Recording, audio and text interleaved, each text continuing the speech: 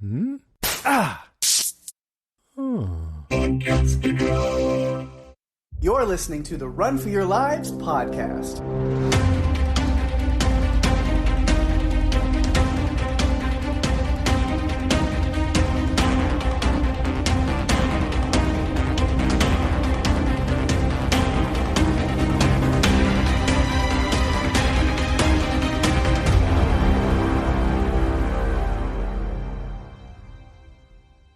Hey everyone, welcome to the show. I'm Daphne.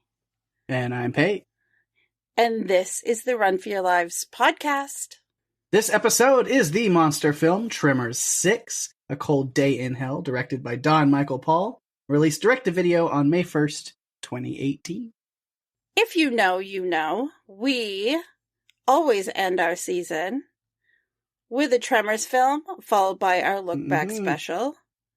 And as this is episode number 24, it's only fitting that we continue the tradition that we started way back in season 1 and cover a Tremors movie. So here we are.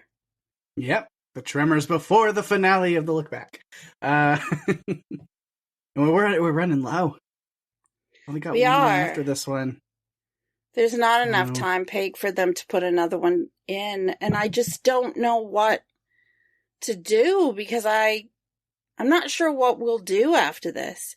We only have one left, Shrieker Island. Yeah. So yeah, we'll have to think of what the new tradition thing or how to keep it going somehow. I don't know. We'll figure it out. We've got 50 more episodes to figure that out. So no, we have 25 more episodes to figure that out. Well, no, because we don't have to figure it out by the time we record Shrieker Island.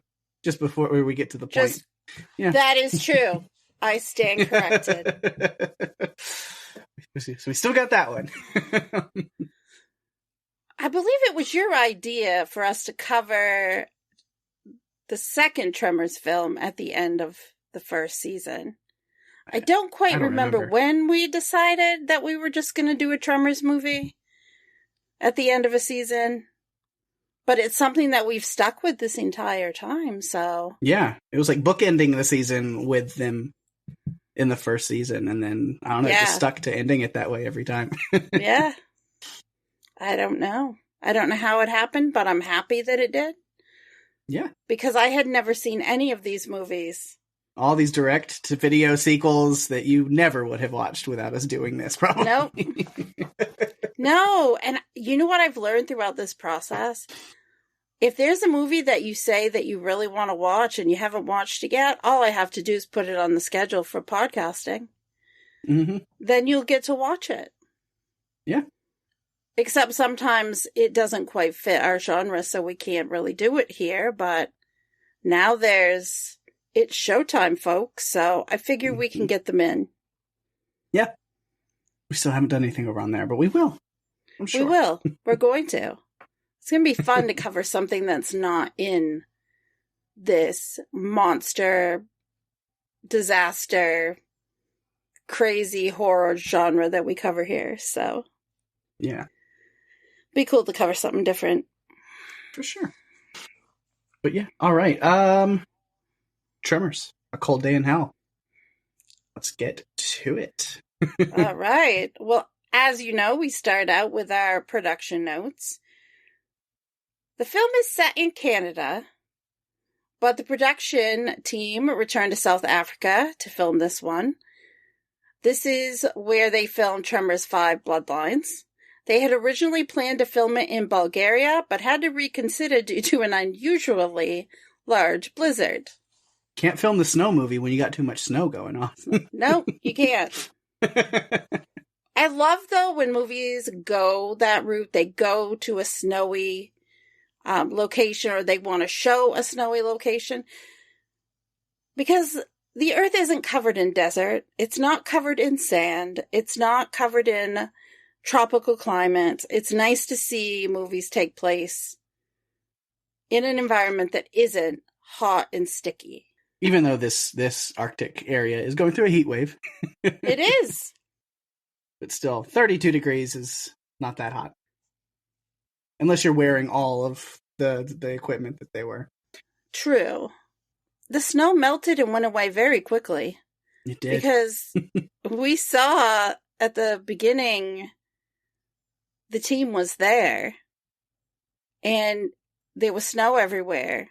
I'm assuming that it was not quite near the location that the camp was. Yeah. But it still seemed like it had melted very quickly, or there just wasn't any. Mm-hmm. Almost like we're in a whole different country, in a whole different continent. Yeah. Mm-hmm. Imagine that. So this is, as we mentioned, the 6th film in the Tremors franchise. It's the 2nd film in the series without the involvement of Stampede Entertainment.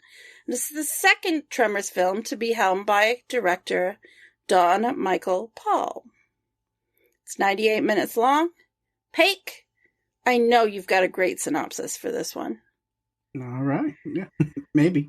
Burt Gummer and his son Travis find themselves at a remote research station in Canada's Nunavut territory, where they must go up against a new batch of graboids to save those there, and also Burt's life. So, of course, they had to put Burt's life on the line and scare me, even though I knew he would survive. Just like, of course you're going to throw this right into the middle of it. You have to. It's interesting that you put Nunavut territory when they referred to it as Nunavut province in the movie. Yeah, I mean, same thing. No, it isn't. Nunavut is a province. It's a territory. It's called Nunavut territory, not Nunavut province as well. I don't think so. I feel like maybe I better look it up, and then if I'm wrong, I'm not going to tell you.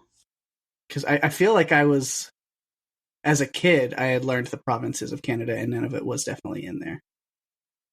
But I haven't really paid attention to Canada that much throughout my life. But that sits in my head as a kid. And it's going to be another Jefferson Starship situation, which I still never got my full due from. You just very quickly threw it in at the end, like, oh yeah, by the way, you were right. Now moving on. We're going to talk a bunch of shit, me and Alex will, but you know what? It was in my notes the whole time, and I made you feel bad about being wrong when I had the correct information the whole time and pretended you were wrong. But that's okay. I'm not holding a grudge at all. You never hold a grudge. Come on. All right. I'm sorry. However, the Northwest Territories, the Yukon, and Nunavut are Canada's 3 territories. But they're not their own provinces.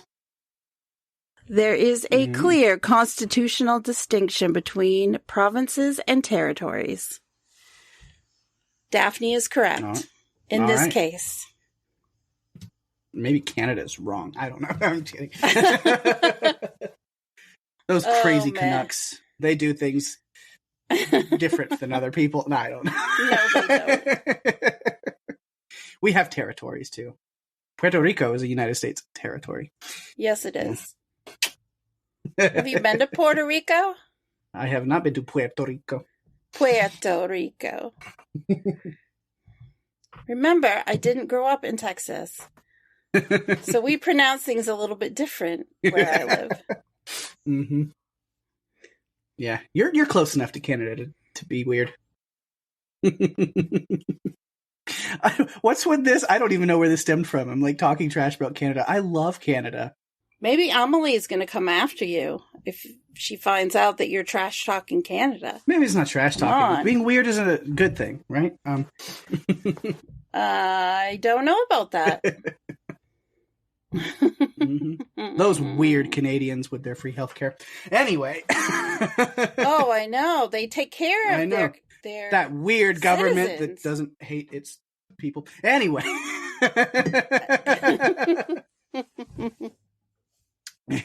Oh boy. I can tell already this is going to be a bucket of hilariousness. Yes. Well, I feel like we hadn't even really started because, as you know, as we've been doing this podcast, and this is episode 124, we always start out by talking about characters. Yeah. And what character could we possibly deem as the main character in this movie? I don't know. That's hard to say. I mean, man, there's only one guy that's been in all of them. That's right. The Graboid. No. Graboids usually end up dead at the end of every movie. Yeah, it's different ones. So maybe it's different Berts. Or is it cloning him? No, probably not. I think he'd be against Is that. it a multiverse? Could be.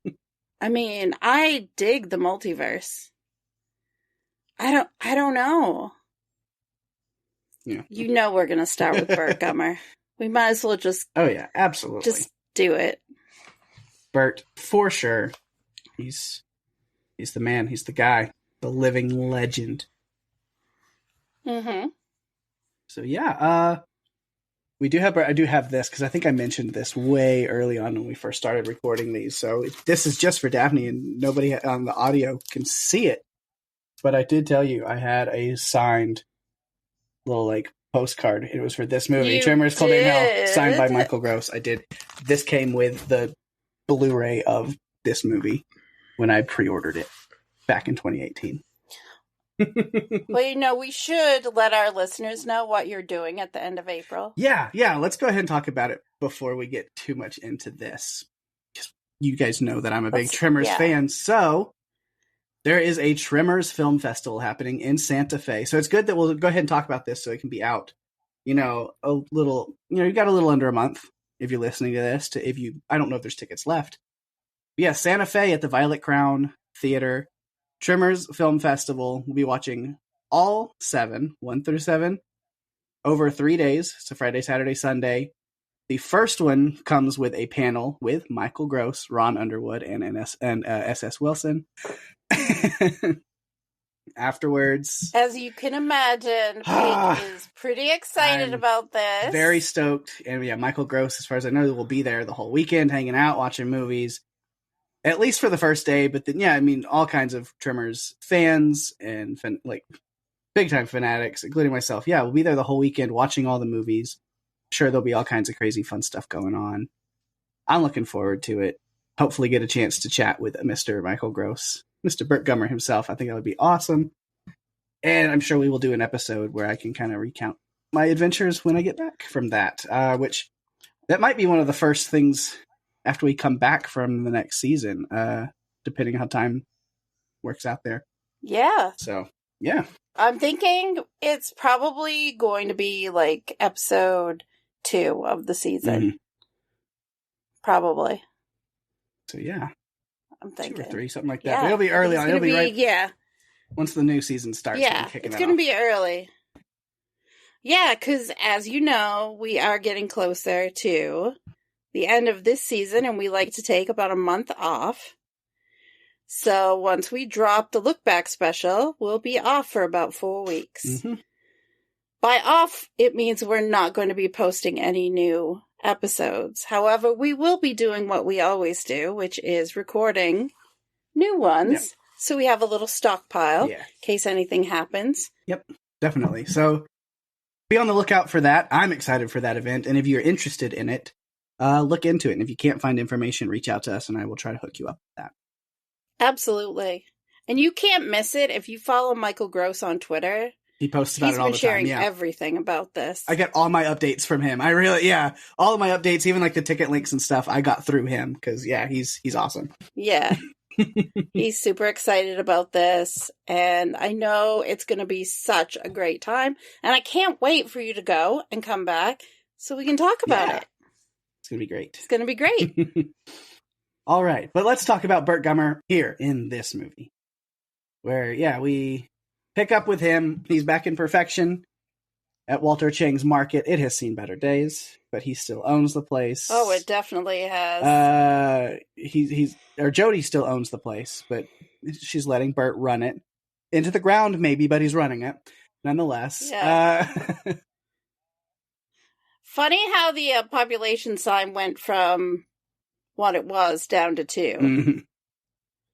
I noticed. I'm like, okay, so it's Burt and Travis. It must be. Yeah. They're the only two left there. That's it. And yeah, why have a store when there's nobody there to buy anything from it? I know. But, it seems crazy. That's where he's hanging out, since it seems like the IRS has taken everything else from him, his compound, his house, and he's just stuck with the store, and now they're coming after the store. And he's got to deal with the tax man, which is a fun little, misdirect where he's like propped up with the gun, waiting for the tax man to come in, but then he's like shooting at a target at a different, door, a different angle in the store. Yeah. But yeah, nothing says tax man like a license plate that, literally says exactly that. That guy's proud to have a terrible job. Well, he had a great name too, but I preferred what Bert called him, which was Agent Dickweed. Yeah, Agent Dickweed. So, Dalqued. Yeah. I like early on, he points out the change in hat on Gummer. Yeah. Change teams? Yeah. No, just hats. And then later, when Travis asks him the same thing, just hats. Because if those remember, throughout all the rest of the movies, Bert has always rocked that Atlanta Hawks cap. Yes. But it seems like for baseball, he's a Cubs guy. Yep. Maybe. I don't know. Does it really mean anything at all? Not really. No. I may or may not have a note at the end about it. I mean, Michael Gross is a Cubs guy. That's really the only reason. Yeah, but then, after that scene, early on, we have a sad victory for the real villains of the story, the IRS. Yeah, that was disappointing. Worse parasites than whatever Bert had in him, and worse monsters than the graboids, really. But. Absolutely. I found myself hoping that the graboids were going to get him. But, didn't happen. I wanted him to be dragged off into parts unknown. Very different locations for that. Yeah. Very different. Yeah, which I like the line from Travis. Travis had some great lines, which I'll talk about that when we get to Travis. But one I will say, since we're talking about the IRS thing, you've been flipping off the feds for longer than Wesley Snipes. Must be a record. It's a dated reference, even for 2018. Yeah. But even though it's dated, I don't think it'll ever actually get old. I think it's a great. No. No, I think that one is going to hold up. Mm-hmm. I like that they said in unison, no taxation without representation, because Bert was talking about how the Boston Tea Party started and just going on his own little rant. He's probably been on that exact rant. Like, you could script it word for word. And so Travis knows his pops well. Yes. Yes, he does. Yeah. We see Bert. At first, you think like he's having like nightmares about graboids. You're not sure exactly what's going on at first. Things are kind of going weird with him. But when the opportunity arises to kill them, obviously he's interested. But it's the Canadian Arctic, so no way. That doesn't make sense, right? That's not where graboids should be. They're a desert phenomena, right? No. That's right. They don't belong in the Arctic. They're not under the ice. They don't exist there. But they do. So he's got to end up heading that direction, thanks to talking to Valerie on the phone. We'll talk about her. Man, oh my God. I thought that Bert was kind of not like himself a little bit when he goes up to sleep on the roof, and I don't know, even before he had his little seizure type complex, he just didn't seem like himself. But when it came, like you said, when it came to him going to fight the graboids again, the old Bert was there. Yeah. He was ready. He was ready to go. And so, they flying in 1,000 miles north of Nowheresville. And they get somewhere between ain't never been and don't want to go. Uh-huh. Mac was awesome. Where I loved Mac. The plane gets brought down. Bird strike. And yep, they're grounded, but luckily in a good spot where then now we can just pull all these pieces together. At that side of touchdown, Bert and Travis with the moonshine smuggling pilot friend Mac Mr. Cutts and his DARPA team. We have Valerie and a Clark from the research team. Everybody's kind of convening in one spot. We're going to get that story going, getting the characters met and connected. And we'll get there. Get to the research site, meet everybody. I like that Bert almost introduced Travis as his wingnut and then stopped himself. It's funny. I loved that. And I questioned it. It's like, okay, is he a wingman or is he a wingnut? The jury's still out, I think. At least Bert's jury is still out. Yeah. And I did wonder if DARPA brought the graboids, if he was responsible. Cutts. Right. And his co-workers that he doesn't seem to give a shit about. Yeah, Bert has this theory that the DARPA team was breeding the graboids and ass blasters and stuff to use as bioweapons, which is kind of like a reach for conspiracy theory, but you're like, man. And it's funny because even I hadn't seen this movie in a long time. So I said to myself, Gummer's rarely wrong when it comes to graboids. And then when that line comes up later, Bert's like, when it comes to graboids, I'm rarely wrong. I was like, I know it. I'm so ingrained that I have the brain of Bert Gummer. I knew he was going to say it, and I forgot that he was Well, he seemed pretty impressed by Val's graboid boots. Yeah, those were interesting. Which I was impressed by Val's graboid boots. Mm-hmm. I thought they were cool, and I also loved that she had so much knowledge about the graboids, and I felt like maybe Bert was wishing she was the, maybe Val was the daughter he never had. I know. Because there's a point you can see where Bert's probably thinking, he's like, okay, how do I go about completely replacing Travis with Valerie? How do we make this happen? She knows her stuff about guns and the graboids and everything. It's like, this is the child that I want with me. Yes, I need this child.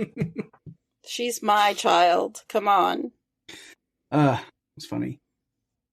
But most of the team isn't really taking the threat that seriously because they hadn't seen any of the graboids or their evolutions in action yet. But they do pretty soon, pretty quickly. And I like that Valerie was the one that came up with the theory that they weren't necessarily graboids that had migrated into Arctic zones after climate change, but that they were the old ones that were thawing out because of it. It was an interesting theory. Mm-hmm. That makes sense because if you think about it, I mean, we are going through global climate change and things are thawing out. I did appreciate that we got to see the ass blasters first. Yes, we saw graboids at the beginning, but the first graboid type creature that Bert comes into contact with is an ass blaster, and they have really evolved. Yeah, it's the exact same evolution as the African one. It looks, because it's the same CGI model. Yeah. But they... Yes, it is. But they changed the color. It's like a blue-gray color, which kind of blends it into the Arctic thing, which is cool. But it's that same evolution, evolutionary. Is that... Yes, look. Whatever. Words, grammar, speech. Yeah, but it's the same kind of evolutionary change in look as the one in Africa, which was interesting to see, which also an interesting thing about both of those evolutionary tracks that make the ass blasters look like that. There are no shriekers in the last two movies. In this one and the last one. Oh. Well, they're going to make up with it. They're going to make up for it in the next movie. But yeah, so in this... It's going to be all shriekers all the time. But in this version of the ass blasters, where they look like this, it's just ass blaster to graboid and back and forth. There is no shrieker evolution. Yeah, I wonder why that is. Do you know? I don't know, but it's interesting that they made that choice. Yeah. But remember, this is a different continuation from the last one. Mm-hmm. It's a different organization behind the film. It's not Stampede. Yeah. This is different. So they deal with that ass blaster, like you're saying, first in the plane, and then it just kind of appears on campus, and they're like, go from talking to fighting mode, immediately, oh, here we are. Yeah. So then Bert has to go out after Perezi and gets him all, pumps him up, talks to him, gets him back, and leads to... Yeah, but how he did it was hilarious. Yeah. talks about stainless steel balls and Guinness Book of World Record balls, and it was crazy. Yeah. And then he has an attack. Yeah, which was, I mean, like, it's sad when you realize what's going on with Bert, but still, that scene where that's happening, funny, but stupid. It's that perfect mix of dumb and silly where you know it's ridiculous as you're watching it, but you have to laugh anyway. And what I'm talking about is because Bert tells Charles, do everything that I do, follow me like a shadow. And then when he has this, like, toxic shock attack thing, whatever it is, Charles gets down on his knees behind him and he's imitating the pained movements and expressions and everything. It's so dumb and I love it. I wondered if you noticed that. It was funny. Yeah. He's like rolling around the same as he is. You're like, what are they doing? Oh, it's great.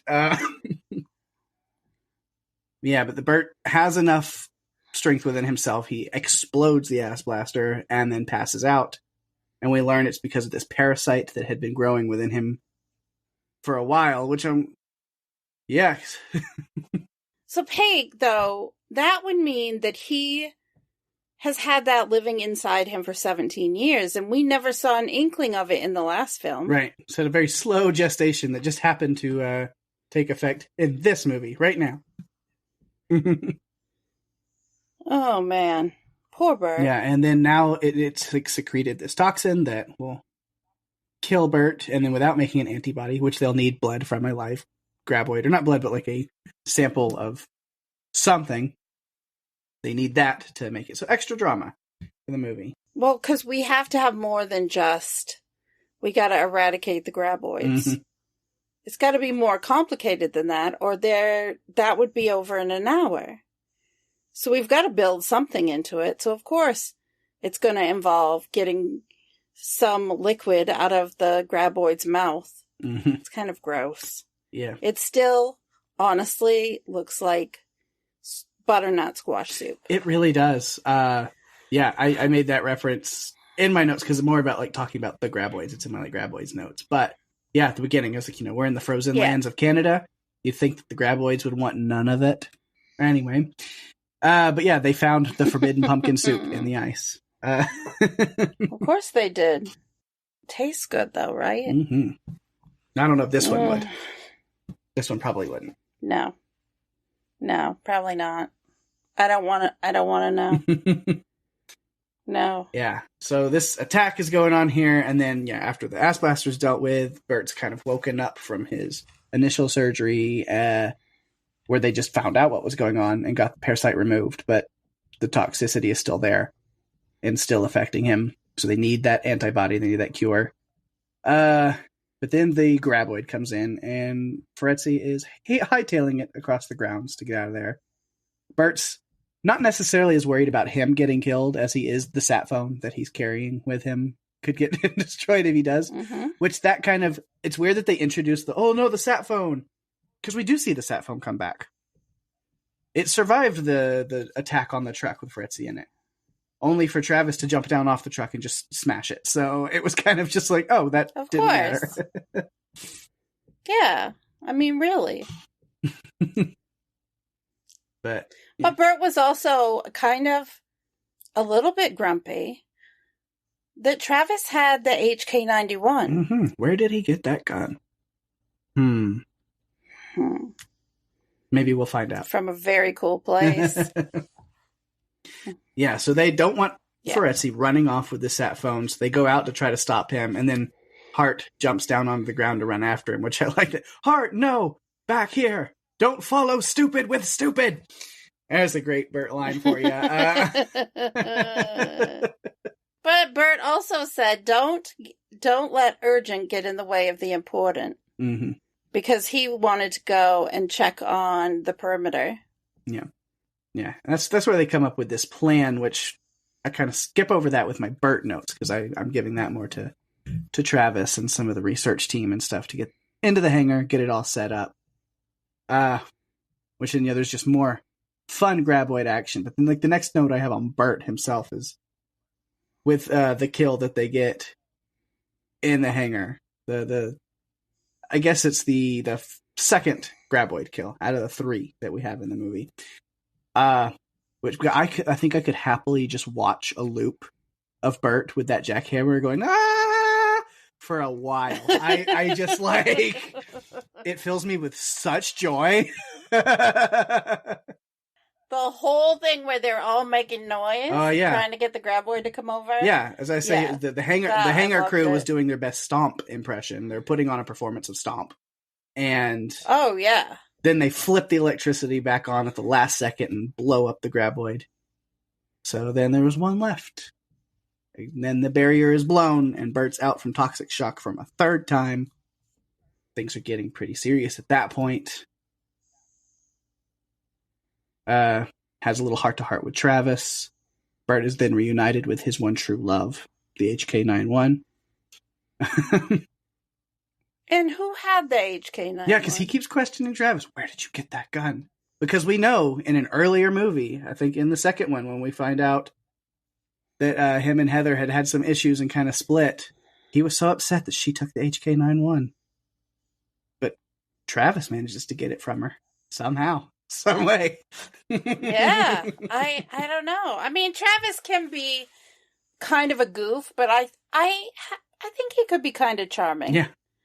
I'm sure he went to Heather and said, "You know what would really piss Bert off? If you give me the HK-91." Right. I mean, really. And she might have been just in the right frame of mind. Which that's got to be an awkward conversation. How does he even go about like finding Heather? Because she was just as much a survivalist as Bert was, really. So I know. God knows where she is. How do you go about finding her? And then then it's awkward. It's like, oh yeah, you know your ex-husband? I'm his child from another relationship you never knew about. Yep.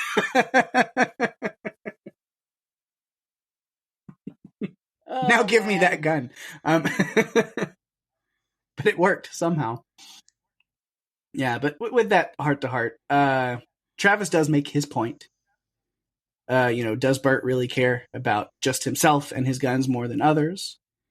And is he even taking into consideration that him dying really just out of pride is going to hurt those who love him, like Travis? And the fact that Travis still loves him as much as he does through all this is kind of shocking and really a big deal. Like, proves that he is a devoted son. Like, he puts up with Bert's sarcastic just snappiness and really, yeah, because Bert does put Travis down a lot, calling him names and not thinking he's fit to carry on the Gummer legacy.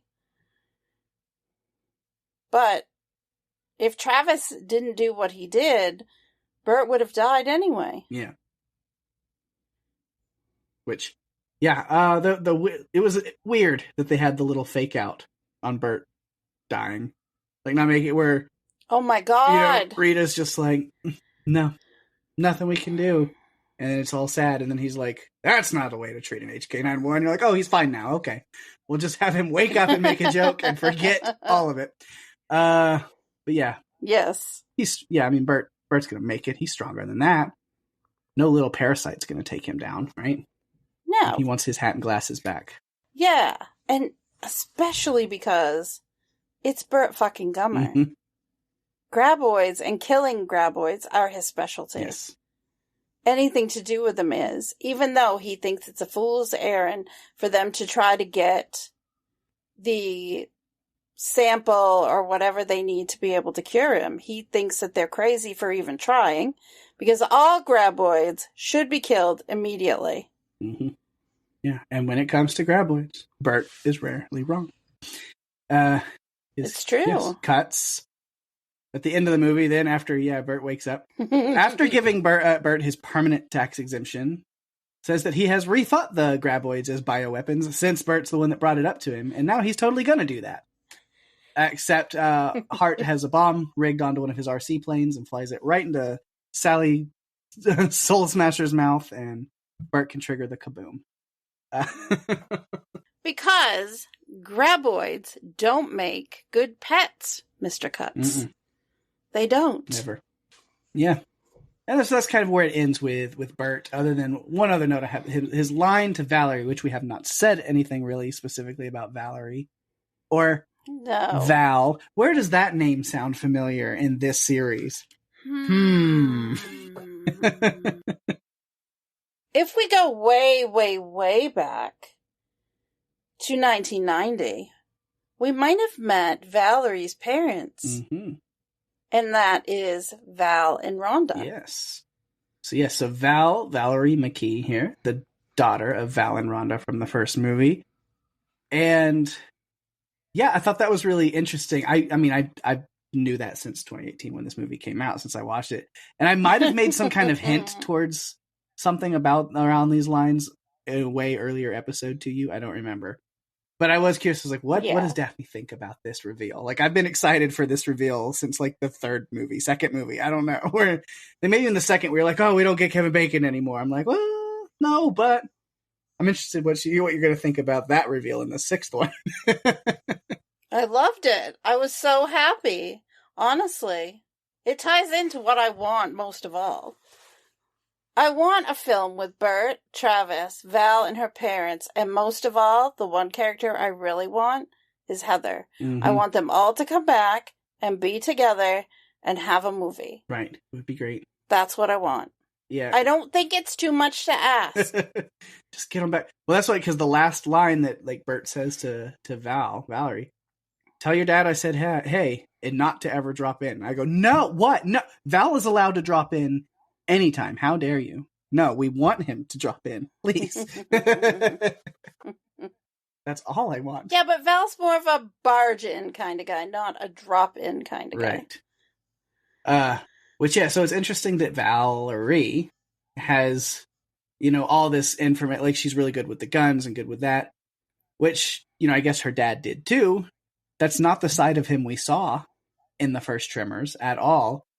No. But I was thinking about, well, maybe after the whole ordeal and then maybe that situation and Bert kind of inspired him to go that route a little bit hit the gun range to get better, right. Just in case he's ever put in a situation like that again. Yeah.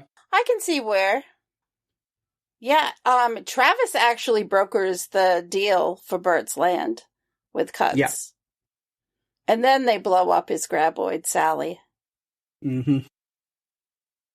Sally Soul Smasher. Yep. Yeah, Cuts had all sorts of crazy ideas for that graboid. Mm-hmm. Well, they weren't his ideas. That's the funny part, is because Bert came in thinking, oh, he's going to do that. And then he's like, actually, I'm just here with DARPA because bioweapons aren't even our thing. It's like, we're here to deal with the water. With climate change, with the ice caps melting and everything, is now we have an influx of water, clean water, and we're trying to figure out how do we use that. That's what we're here for. But now that you mentioned the bioweapon thing, maybe you got a point. Yeah. It's funny that Bert's actually kind of the one that planted that idea in his head. Yeah. It's kind of dumb, though. I mean, he thought he was going to get the graboid to do what it wanted, and I'm just thinking to myself, buddy, graboids they're not dogs.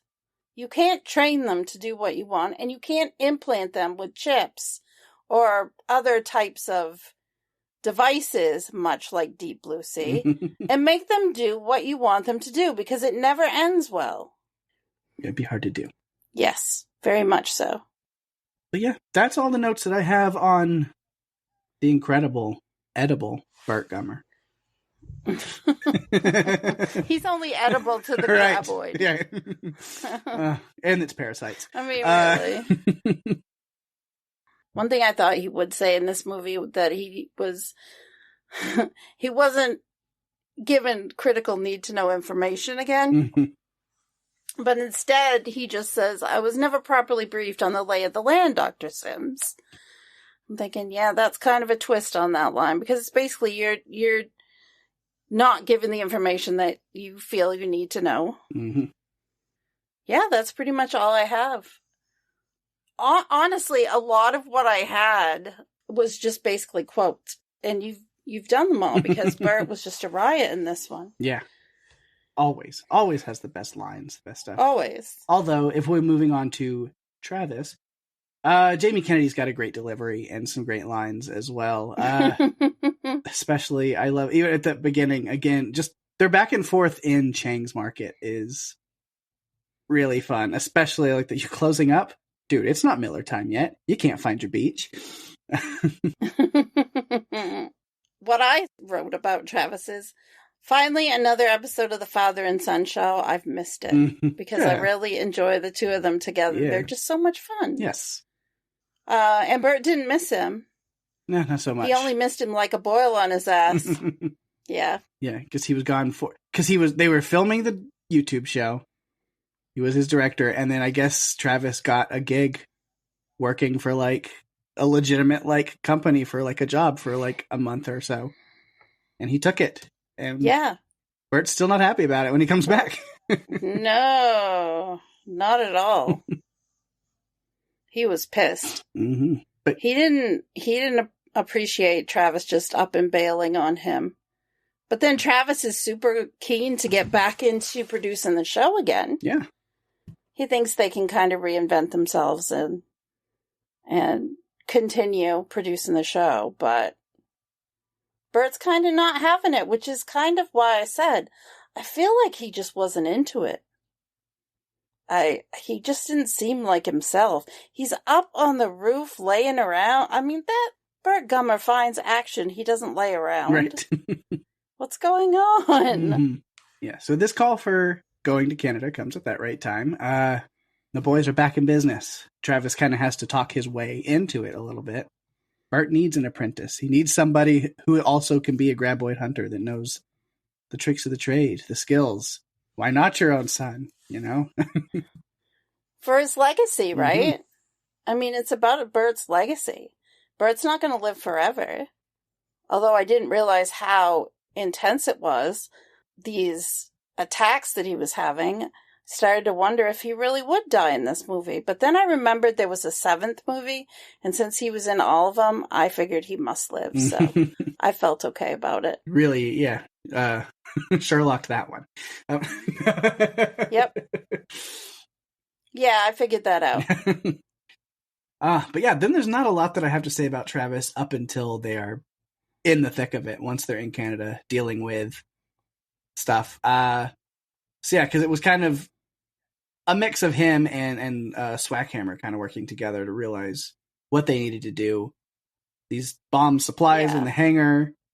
So that's a way to kind of keep the graboids out of the hangar while they devise more plan and move on to the next part. So it's a risk, but maybe it's a worthwhile one. Maybe it's another Jello that Travis can nail to a wall. Just the thought of him trying to do that, I couldn't even fathom. But it sums up the character of Travis so well. Because, I mean, that is a well-known saying. It's like, you know, when somebody's like so like hard-headed and like trying to do something, is just like, you think you can do this is like trying to nail Jello to a wall. I've heard that saying a lot.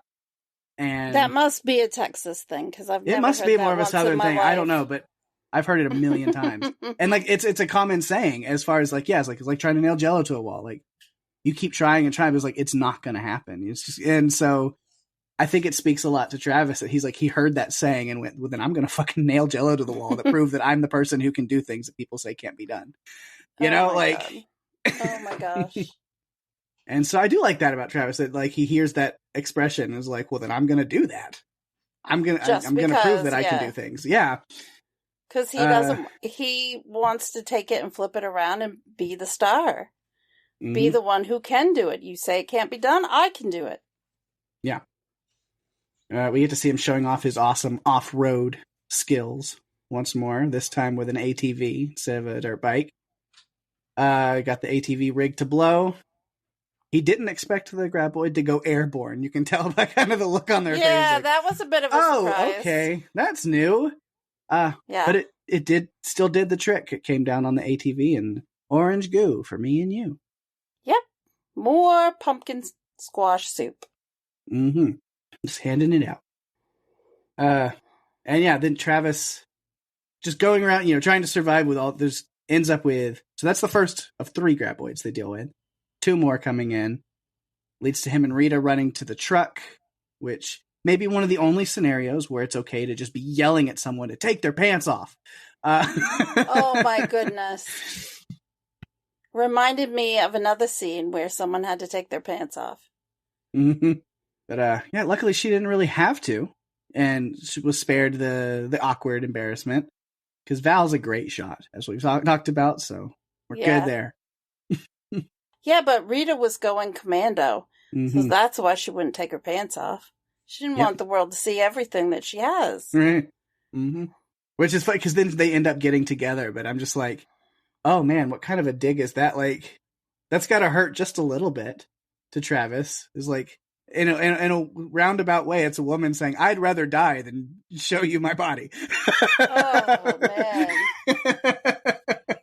Back in the beginning when they were trying to figure out what was going on and Bert was on the phone with Dr. Sims, all Travis was asking was, is she hot? Is she hot? Is she hot? Is she hot? Mm-hmm. Well, kind of, so I'm sure he would have loved for her to take her pants off. Right. I'm sure eventually he'll get there. Maybe. I don't know. According to Bert, he's not doing very much in the kissing department. Yeah, he's got time to learn. He's good. Time to learn? I don't know.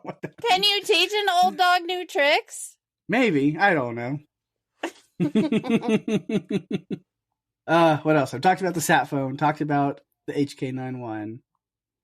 Again, Jamie Kennedy, honestly, like if he's listening, I love you, Jamie. Don't take this the wrong way.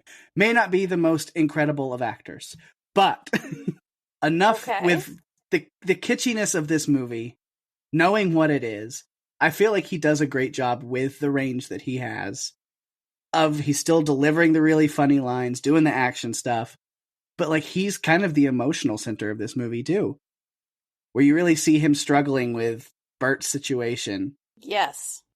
Where he's like, he knows it's ridiculously almost impossible and dangerous, but he wants to try to get this antibody for Bert.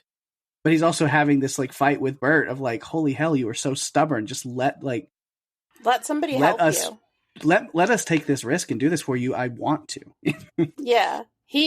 Bert is very firm in saying that, I'm going to die. It's okay. You're not going to allow a graboid to live. You're going to kill the graboid because that's what you're supposed to do. You're not supposed to open its mouth up and get the antibodies. You're not going to do that. It doesn't compute in Bert's head. He would rather die than have them do this because he never wants anyone to see him as weak or anything other than Bert Gummer, graboid hunter extraordinaire. Yeah. So yeah, then we've talked about the hangar a little bit with Bert there. Their stomp performance, which was great. And then so much fun. I love that, honestly. One of the cool things is that character of Swackhammer. He just really got into that role. I'm not sure how good of an actor the guy is. I mean, I don't think he's done much because he doesn't have a photo on IMDb. It's just a blank thing. So, but I feel like he was really committed to he was committed to the role. Everything. He was just the energy. He was into it. There was one point where he was throwing bombs around. There was a musical performance to Mustang Sally, and he's out there throwing bombs and stuff. And he was having the best, he was living his best life. Yeah, how he got out of that situation, I have no idea, but No. And I was so convinced after that he was going to die. I'm like, of course he's going to live his best life and then die 5 minutes later. But luckily he lived, so. Yes. Good for you, Swackhammer. He was fun. So speaking of him, so Swackhammer and Travis are the ones out of this like hangar crew that guess I have to do the right thing, huh? They've got to go after Cuts. He's the survivor of the DARPA. It's a DARPA. They are kind of derpy. The derpy DARPas. He presented himself as like the neighbor. He's like a neighbor, and he took Max like she had all that moonshine. Mm-hmm. And he took it. He took some of it, like his, being neighborly. I wonder if that's the reason that place blew up like it did.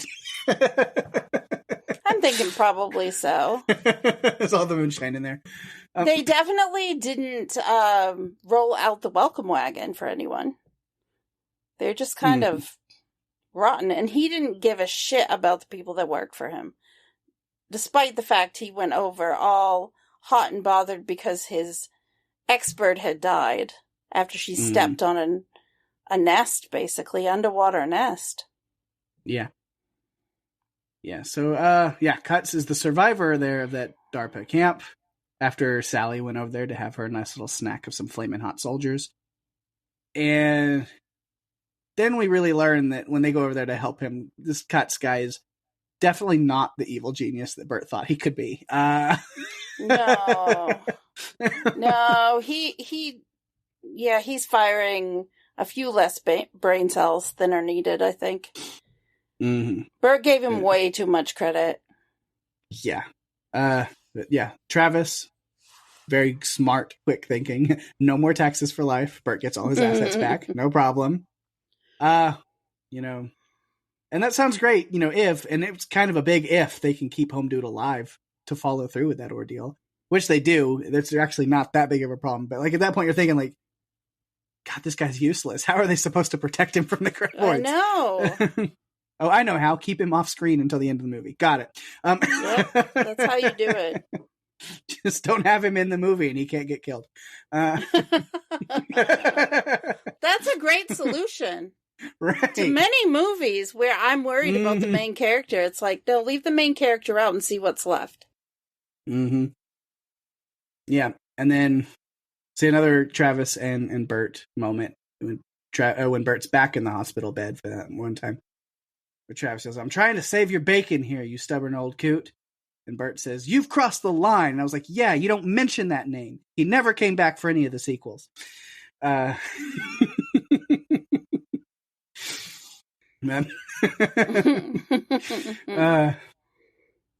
So yeah, Travis puts himself in charge now.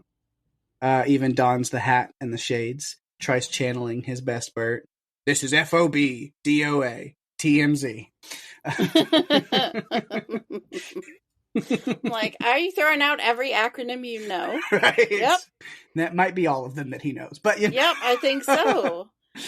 I mean, he's a videographer, and those are the ones. Yeah, I'm sure those are the ones that stick out. Yeah. And so then they had to put this plan together to get the antibody for Bert, and what an incredibly complicated and involved plan. So many moving pieces. They have the graboid that has to be drawn to the Newton's cradle, and then it's got to swallow it at the exact time that the plane hooks the line, so it can snag the graboid and pull it into the container. There's absolutely no way in any reality that would work.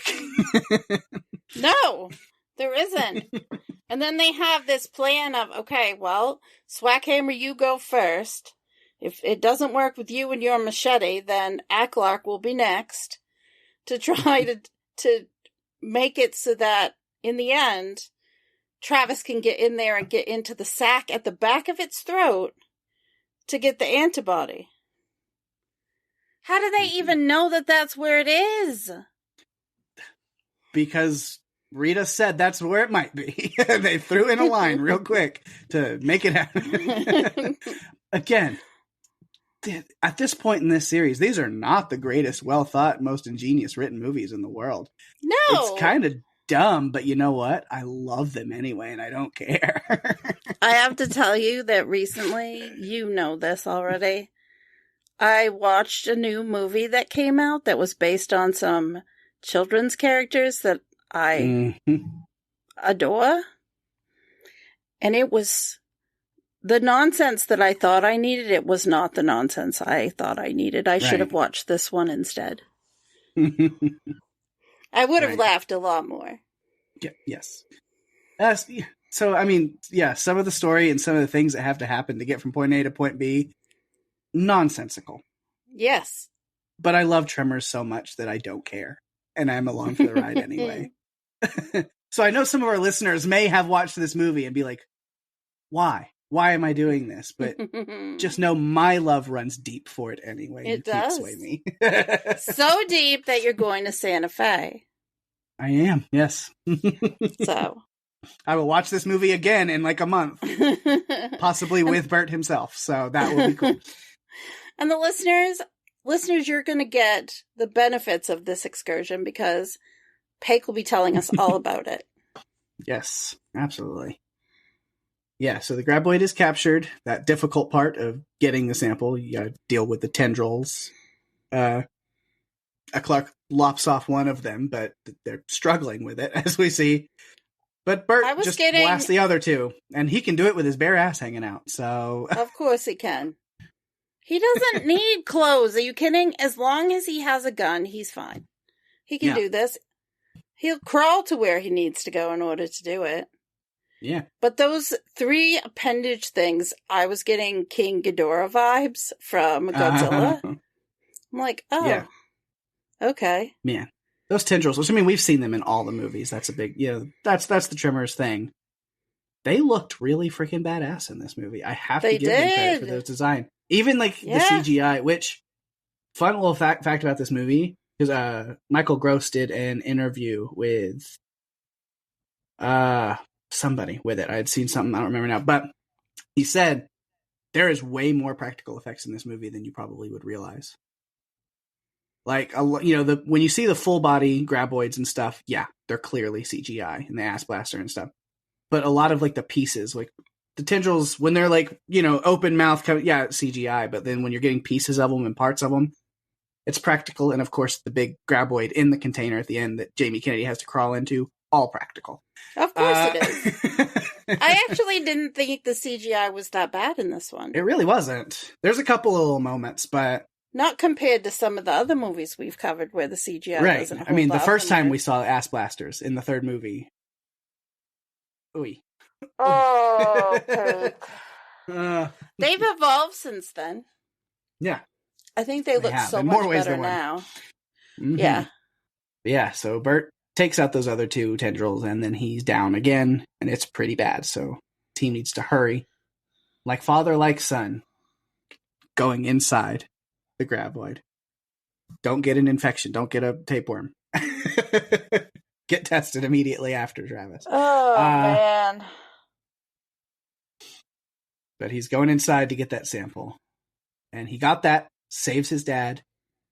And then really the only other thing he ever wanted this whole movie was a girlfriend. And it seems like he's got Rita, so he needs a little pep talk from Bert at the end to kind of make it land a little bit. But it seems like he could be getting that. So it's like his dad's back, he's got Rita. Travis and his pops are headed back to perfection, right? Mm-hmm. Population 2. Yeah.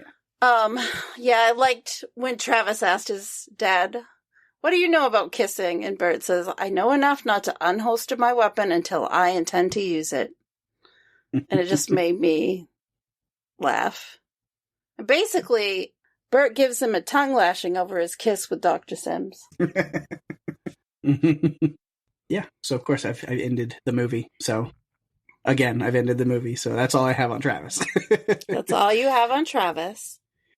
Do you have any other notes on anyone else? Oh yeah, well you were just asking. Yeah, I've got a few more notes on just some of the scenes with, because I saw in the doc you'll kind of, before you watch it, you'll throw in some names, and then you have like Rita, and it's like nobody cares about Rita except for Travis. But I do have like Val, Rita, research team, just all kind of thrown together, and I've got a couple. Okay. And then I've got like graboid scene notes. You know that I do this, as you said, before I see the movie. It's much easier to do when it's a movie I've already seen. But in this case, I had no idea. And I didn't really want... It didn't click when I was putting it together. I didn't want... I'm glad I didn't know till I was watching. Because I liked finding out that Val was Val and Rhonda's daughter. That was fun. Yeah. Mm-hmm. We didn't talk at all about the opening of this movie. A little bit. Forbidden pumpkin soup. I mentioned that. But yeah. Well, I just thought, we're drilling for graboids. Mm-hmm. And then things go to hell. And all I can think, out of everything that's happening, save the dogs. I don't care about the people, save the dogs. Right.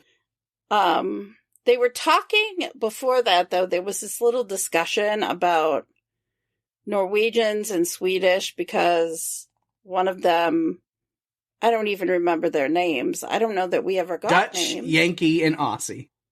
Okay. Just like code names for where they were from. Yeah, well, one of them didn't know. Okay, so Yankee didn't really understand that his partner, Dutch, was actually from Norway and not Sweden. Mm-hmm. Which is funny that then the name Dutch, so then it's just like you're just throwing in all kinds of different... Yeah, it's weird. He didn't say he's from Denmark, so it's... No. So I read this article once, though, and people from Scandinavia don't like to be misidentified as... Like, if you're from Norway, you don't want someone thinking you're Swedish. It's some weird thing. And I can't find the article to save my life, but I did. I did read it because I thought it was kind of interesting. And I did like that we get a look at the guy getting grabbed only from the view of his sunglasses. I thought that was kind of clever. I love those little touches like that. But again, all I care about is saving the dogs.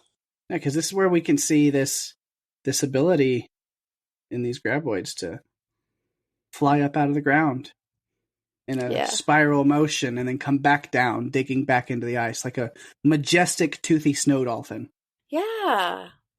And do you think that when the one guy was drilling in and was getting all the icky stuff that he had just drilled into a graboid? Well, yeah, I mean, that's what we figure. Yeah, that's what we think. Yeah, that's what we kind of know. Seeing him, he's like, ice isn't supposed to create soup. No. No, but graboids do. Have a little pumpkin squash soup. Yum. But don't wait too long to eat it because you won't be around long enough. Yeah. And the one thing, too, where they were arguing or discussing that he was from Norway, I believe that was the country he was from.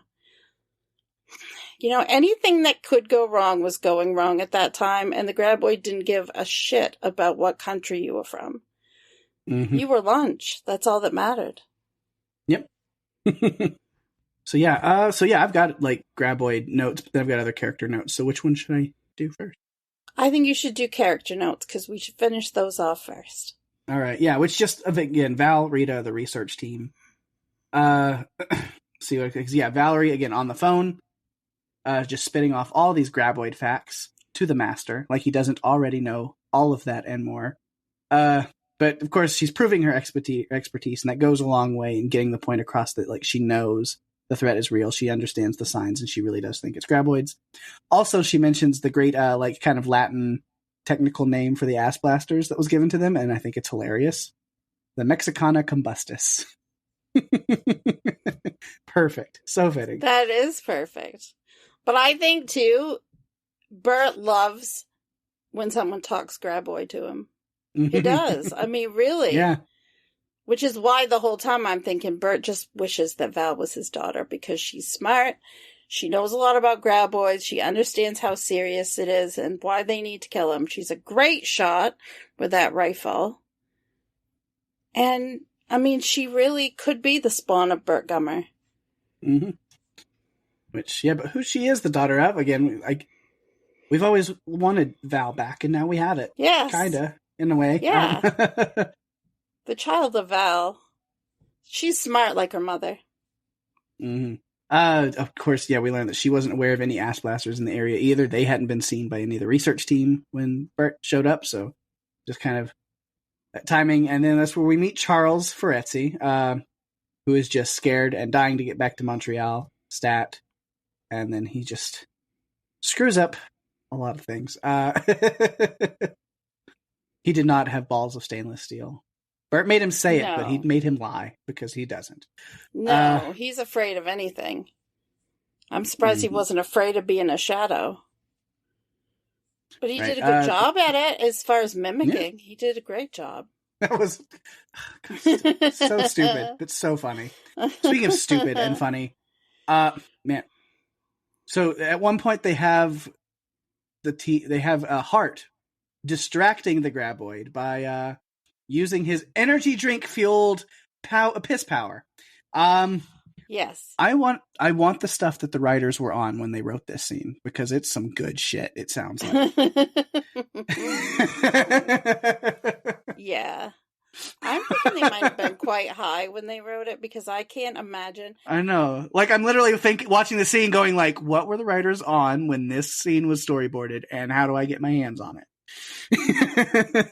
To think that his piss hitting the ground would cause enough of a disturbance that the graboid would race towards it? He had just chugged like 8 monsters, so, you know. Fire hose power. I don't know how that works. I don't know. I'm not sure.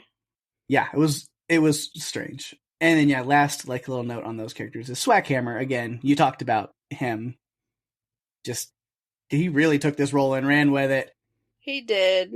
He was just fun. He was very pleased with himself for the electric barrier working. He was very happy with his plan there. And he's the one that named that final graboid that got caught. And Sally Soul Smasher, named after his ex. Yep. Yeah, he liked knowing that he created the idea of this underground electric fence. Yeah. It did get rid of one graboid. It did. Worked after well. the stomp business. But it was kind of funny watching them all during that scene making noise. Like I said earlier, I want just like a loop of Bert's face when he's got that like jackhammer and he's just like, ah! It was beautiful. Beautiful. It was so funny. Or even Mac with the saw just like looking so crazed. It's amazing. I loved Mac. She was great on the plane. She was a riot. Mm-hmm. I mean, she's the one who basically said it's somewhere between ain't never been and don't want to go. Mm-hmm. I loved it. I thought she was great. Yeah. And then graboid notes, just some of those other scenes there. Talked about the opening. The ass blaster kills the one like security guy. I still don't really know who that guy was, but we see him kicking a soccer ball when they first arrive, and then we just see him beheaded. Dropped right in front of Feretzzi there, who was trying to take cover in the electric tower. Not the greatest place, but Gummer was able to come out and help him. Mentioned, the ass blaster design, same as the African variant. The graboids are coming from under the hot spring and laying eggs in there. So that poor DARPA scientist. Yeah. It's too bad, Cuts didn't even care. I mean, kind of, but he doesn't really care about his people. They all died but him. We have one of the researchers who's killed. I don't even know her name. But yeah, I was like, she said don't let go. Way to follow directions, guys. But really, one of the researchers gets nabbed by a graboid and yoinked through the window, and she becomes lunch. I was like, well, there's the live graboid you need for the antibody, I guess. Silver lining? Anybody? Like you mentioned, I wasn't given the lay of the land, because after that, Bert says, total geographic isolation. Deja freaking vu. Yep, so, always. This is the typical graboid location, aside from usual temperatures, but they do love themselves a good valley, don't they? They definitely do. They're free range. There is something about the trail of dirt, like the dirt mound that's getting kicked up and moving towards you. That's just, I will always admire that. It's always fun. It's like a shark swimming through water, if you think about it. Like Jaws, it's like you don't get to see a fin coming through, but it kind of is like the same thing that you see in the water when a shark's coming near you. It just kind of lifts up a little bit. Yeah. So I've always liked that. Yeah, and then that graboid punches and yeets the truck from underneath. So as Feretzzi said, adios, amigo. And then that's where Hart was able to climb up on that big drill. I did notice with the big drill, the dirt on the ground next to the drill with that dirt moving. They just reversed the footage of the dirt moving to show the graboid leaving. And then later they used the exact same shot forward and backwards a couple of times throughout the Really? Anytime graboids were moving under the drill, it was literally the same one shot, either regular or reversed. I picked up on it. I was like, budgets are a bitch, huh? Yeah, they are. And there was no budget information for this one. Like, it's so hard with these direct-to-video productions because you just don't know what's going on with the budget, like how much money they have. And then another scene that I had to question why I was laughing so hard, because it was so dumb, so beautifully and wonderfully dumb, is when Hart is hanging from that machine, from that drill, and this graboid jumps up out of the ground while Hart is dangling, and it just takes his shoe. Just his shoe. I don't know why that makes me laugh as hard as it does, because it's so dumb, but it was just like, it's just like a bloop. just the shoe. I don't know why that got me the way it does, but it did. I thought he was a goner. And then when he just took the shoe, I'm just like, what did I just see? I thought for sure that graboid was going to rip him right off of there. Mm-hmm. So it's funny. And then, lastly, I talked about the captured graboid. I really liked that practical animatronic or puppet or whatever it was that they used. It was a practical effect. I'd love to see if that thing still exists somewhere. I couldn't find anything in like a quick little search, but maybe in a prop warehouse somewhere that thing's hanging out. Well, you could ask Michael Gross if you talked to him. I just might have to. He'll give you one question, and that's the one you ask. Right. What about this prop graboid from the 6th film? Do you know where that might be? Do you have that in a bunker somewhere? Because, that thing is really cool. I'd love to see. I know that they've got to have... there's a graboid somewhere, right? I feel like there has to be. I feel like when you buy a house, Pake, you need to have a man cave room and have a graboid, like, illustrated on the wall. Mm-hmm. I think that would be very you. I have seen a picture of somebody who has like a giant graboid like coming through their wall, like mounted on the wall, like the one in the first movie through the rec room. Like that's what I think you would do. I feel like you would have that. First, I've got to be able to get a house with that kind of space. Step one. Yep. See when that happens. Yep. But that's all the notes I've got. All right. Well, you know what I have for notes. The only thing that I have left are my notes are my behind the scenes notes. And I don't have a lot, and we've already talked about a bunch of them, so it's probably going to be one of the shortest ones that I have ever done. So, this film contains numerous direct references to the original, including having Valerie call herself Val, a character using liquid from the top of a tower to distract a graboid from killing someone. In this movie, it was urine, and in the first film, it was Rhonda kicking the water tower pipe so the water would splash on the ground. Bert screaming, "Broke into the wrong goddamn hangar, didn't you, you bastard?" In the first movie, he said, "Broke into the wrong damn rec room, didn't you, you bastard?" After he killed his first graboid with Heather. Ugh. And also using the last graboid's momentum against itself, the shipping container here, while the cliff and stampede mechanics in the original. Bert changes his trademark hat, which we've already talked about. This came about because Michael Gross suggested that Bert's hat be changed to a Chicago Cubs one out of allegiance to his own hometown's team, which you mentioned earlier. Yeah. Michael Gross also suggested in the original film that Bert wear the Atlanta Hawks hat that he wore for like 5 movies. So the requisite non-resident special exemption RCMP 5590 form that Bert asked Travis about securing is in fact the proper pre-processing note to non-residents bringing firearms into Canada with a non-resident firearm declaration form. Of course, we found out that Valerie McKee is the daughter of Valentine McKee and Rhonda LeBecq. And this is the first movie in the series that features a graboid eating someone while they're on fire. Spicy. Why is it spicy? I feel like that should now be my new text. I need to take that, and from now on, when you text me, that's gonna be what it says.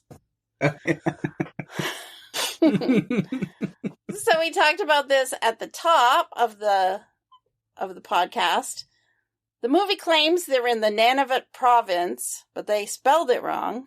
It's actually Nunavut, and it's a territory, not a province, which we did confirm. Mm-hmm. And sadly, we only have one more film in our Tremors deep dive. Tremors Shrieker Island. And I mentioned before we logged in that I'm kind of sad because I don't know what to do when we're done with Tremors. Because it's been such a staple here. Right. We've got this one. We've got the series. They did have a 1-season run, which I own it on DVD. I don't know how you could find it, but no, it just got added to something, to a streaming service. I think Tubi has it. Yeah, I have Tubi. Everyone has Tubi. Tubi or not Tubi? Everyone has Tubi. That is the question. But all the movies were on there too, and I think they're taken back off now, so I don't know. I'll check. But one more movie.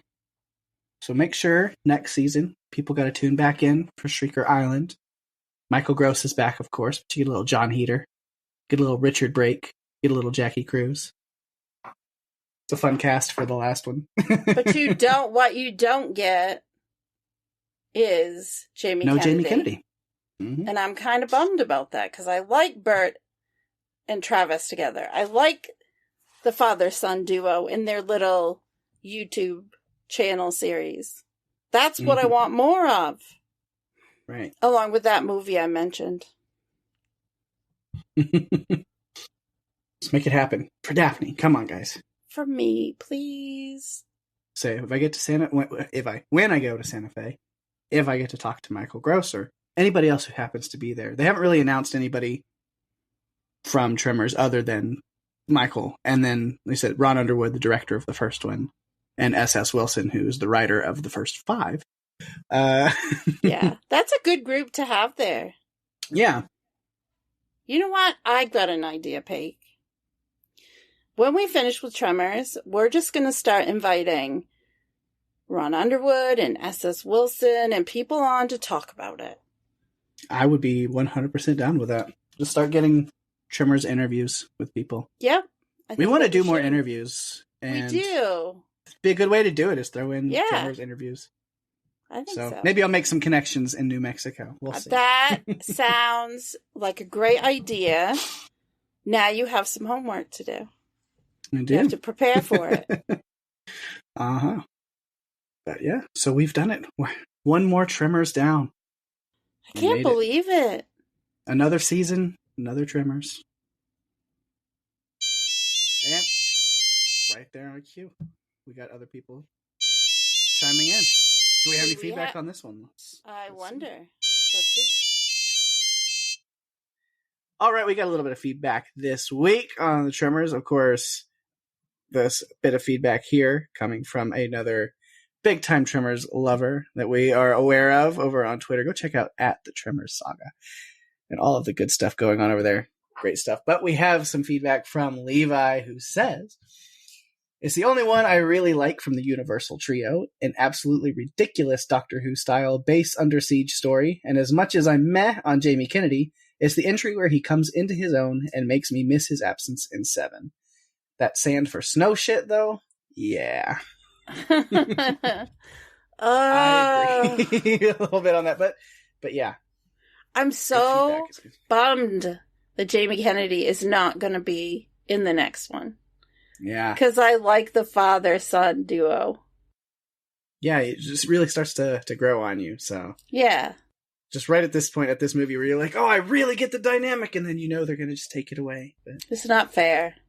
Who knows? Maybe in the future, something. We need something. Doesn't seem like it, but something. Well, maybe, Pake, maybe you can ask Michael Gross. I can, maybe. I will be seeing him. Me and Levi, that this feedback is from, will both be seeing Michael Gross pretty soon. I'm so jealous, but I'm so excited for you. I know what this means. I've joked about it. It'd be like me going to Koaloa Ranch to see where they filmed Jurassic Park, Jurassic World, all the cool things. Yeah. It's going to be exciting. I'm super, super stoked. Well, Pake, we got a voicemail and you won't believe it. I wasn't sure what had happened to him, but Steve has left us a voicemail on Tremors 6. Pulled under the ground by a graboid somewhere in Oklahoma. Maybe. Ugh, but he's back, so that's good. He is. So let's go ahead and listen to what Steve had to say. Hello, Pake and Daphne and the Run for Your Lives podcast. Welcome to the Podcastica family. Oh, wait, hold on. This is Steve. This is for Tremors. Is it 6? A Cold Day in Hell? I have no idea what this is about, except that Burt Gummer is in it, so I'm going to hit play right now. Fahrenheit is the imperial, antiquated. Yeah, I can't repeat what he said. Obviously, these guys are all from Australia. Yeah, right. Oh, girl, I was just thinking, do not put your face right there, because a graboid is going to get you.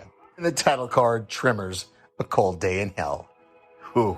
I had to pause it for a second because I had it years and years ago. I don't know if it's changed or not. But yes, U.S. Treasury, IRS agents do go armed since after 9/11. Now, that may have changed in the last 20 years, but I just remember my sister having someone in her circle who was a IRS agent, and he went around armed after 9/11. Okay, just directors, just teams, just hats. What's going on here? Whoa, he knows that 67 degrees north is the Canadian whatever ice. What? Okay, this exchange between Bert and his son. It's right. This right. Jimmy is his son, right? I can't remember. Anyway, about the Canadian government letting in a firearm. As long as you have the right form filled out, you can bring anything in. Whoa, an aerial ass blaster? What? All right, who is this guy? Who's the next door neighbor? Whatever on your doorstep, blah, blah. Oh, he's the DARPA, the acronym for evil. Okay, so DARPA wants to make animals as weapons. We've got that, Bert. How are we going to prove it now? I zoned out for a second, but now Bert and this guy are together, and they're gonna Rambo through. Oh, and now Bert is in a hospital room. Whoa, Bert is the manifestation of the poison. What? Whoa, fire will into the floor. You don't know what you're. Oh God, Gummer. Oh, stick to the mission objective. Oh, come on, Travis, man up. You don't let your father die. Fit as a butcher's dog. Oh, crap. Talk to you later. Oh, Steve, it's been so long. Thank you for sending in feedback. We really appreciate it. Absolutely. And if you would like to submit feedback like Steve or Levi, you can do so a number of ways. You can find us on Facebook and Instagram at Run for Your Lives Podcast. Find us on Twitter at RFYL Podcast. Email us, runforyourlivespodcast@gmail.com. And if you're enjoying the show, please tell your friends. We are available on Spotify, Apple Podcasts, Stitcher, pretty much all other podcast players, including YouTube. So go to runforyourlivespodcast.com for all the links you'll ever need, and give us a review on Apple Podcasts, as that's the best way to share the love and get us out there even more. We really appreciate it. We really do. And of course, speaking about sharing the love, got to give some shout outs to things going on in the podcast universe around us. My other podcast, Strange Indeed, me and Rima still covering You season 4. It's like, man, I'm just saying the same thing every week, but that's what it is when we're covering a TV show. We got 10 episodes. It's 10 weeks. Still going through it, but we are covering episode 9 is already out, and then we will be hitting up the finale next week. So we are almost done on that journey. Man, what a season. It's been very different and unique, but fun for you. So if you're a fan of that, make sure to check it out this next week and just listen to our coverage of the entire season if you haven't listened to us yet. And give us some feedback. There's time for feedback for the final episode over to Strange Indeed. So listen to that. Go to podcastica.com to find out how to send feedback over to that podcast. Love your thoughts for You, the entire season 4. I'm giving feedback instructions on a different podcast on this one. That's how it goes. And then we'll have a couple of weeks off, and then Sweet Tooth season 2. Yay! So I can't wait. I'm excited. Gus! Yeah. Oh, it's going to be great. Very excited. And then, of course, other Podcastica stuff going on. Lots of good stuff. Yellow Jackets is back up and running. Yellow Jackets WTF with you, Jason, Wendy, and Penny have been crushing it, just like the show has been. Aw, So. thank you. We're having a lot of fun with it. It's got a little bit of a different tone this year, but still the intensity's there, so it's really exciting to get to break the show down every week. There's just always something, especially in the last 10 minutes, that makes you... It just basically blows your mind, usually. Yeah. Yeah, it's been a lot of fun. You guys are doing great with that, and then also Alex running the after shows on Sunday nights. Yeah. It's been great. Yeah, I'm not sure who's going to be on this week, but he's had fantastic guests. Last week it was Rima, your co-host from Strange Indeed, along with Rennie, who is always fun to listen to. Yes, our Archmaester forever. Yes. Also, big things going on with podcasts. Of course, the Star Wars podcast covering Mandalorian season 3. That's been awesome as well. I'm really loving, especially this week. Again, not spoiling things because I know Daphne's still behind. She's got to get on it. But then people who may be not watching, so I won't spoil anything for other shows. But this season, Mandalorian, the most recent episode of The Mandalorian, just chock full of old school Clone Wars era throwbacks and Easter eggs and storylines and all the best cameos you can imagine. My goodness. So I got to get caught up. It was a fun one. I say cameo, not really cameos. They're guest actors, guest stars, special actors and people brought in to officially become part of the Star Wars universe now. So that was really fun. So yeah, check that out and check out the coverage of that should be up this weekend sometime pretty soon. If not up today when you're listening to this, then they should have it up very soon. And then lastly on the Podcastica Network, of course, it's Showtime, folks, the other movie podcast that is just a free-for-all. Anybody can jump on there. We've hinted at trying to get over there to do some stuff at some point. But they have a new episode up this week. Jonathan and James from the Star Wars podcast, when they covered Andor, will be covering John Wick 4. They both went out and saw it, and they're just giving their thoughts and everything on it right now, even as it's brand new, still in theaters. So I know. if you've seen John Wick 4, go check that out. Funny that John Wick 4 got clobbered at the box office by a movie that I know you saw. Yeah. Yeah, just on a random note, yeah, go see Dungeons and Dragons. It's actually really freaking great. Other things to check out, of course, TV Podcast Industries, as they're covering Picard. So they're always doing great jobs over there. And then on Adrenaline Cinema, Mark and Kat, John Wick 3. They've been moving through the John Wick movies at other pace, and so they covered the third one. So hey, you got new episodes to listen to John Wick 3 and 4 this week. So go check those out on It's Showtime, folks, and Adrenaline Cinema. But that's everything else going on, so we center back here onto Run for Your Lives, where we have one episode left of this season, and then we'll be taking a little break ourselves. I'm not ready. So what are we doing? I don't want to take a break. No, I do. We use this time very wisely. Yeah. Well, it's the end of the season, so you know what that means. It's time for our very popular Look Back special. we'll be taking a look at the films that we covered this season. And we're doing things a little bit different. And I think we should make our listeners wait until next week. When they start the episode, then they'll learn exactly what we're doing. Right. Yeah, a little different format for us, which hopefully you guys will like. So tune in and check that out. But we will give you a little something. You can still leave your feedback for next week right now in any normal form you want to. We want to know if you've been listening to this entire season of Run for Your Lives, or at least most of it. What are your favorite movies we've covered? What are your favorite episodes that we've done? What are your favorite characters? What are your favorite monsters and disasters and villains? What are your favorites? Let us know. All those different categories. What do you like from this season? We want to know your favorites. So please send in your feedback.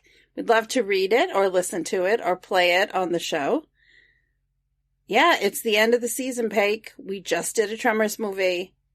We're doing the Look Back special, and then we're having a little break. But we'll be back before you know it. We usually take about a month to give us a chance to recharge our batteries a little bit. Yeah. With that, we've reached the end of another fun episode. Especially fun because we have another episode with our amazing Bert Gummer and those pesky graboids. Thanks, everyone, for listening. I'm Daphne. And I'm Pake. And if you have to run, you better run for your lives. Bye-bye.